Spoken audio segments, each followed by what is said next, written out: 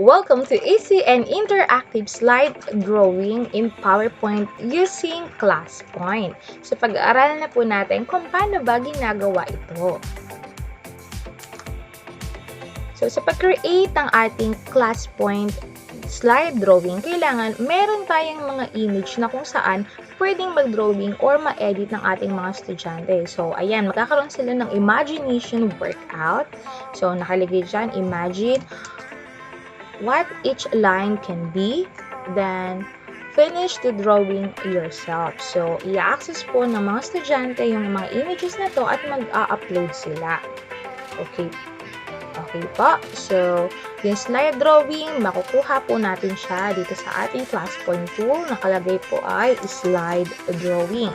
Ito lang po ang ating slide drawing at automatic na po siyang nakalagay sa ating PowerPoint. Ganun lang siya kadali.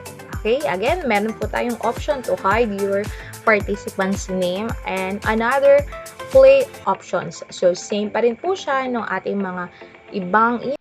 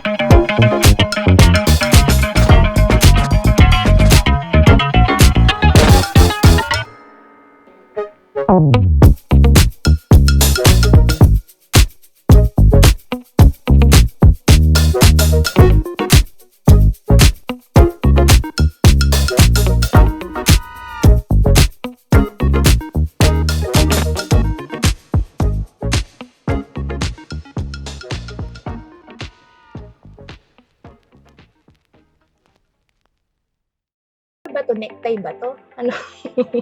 Ito, ano ba to? Snail, gano'n.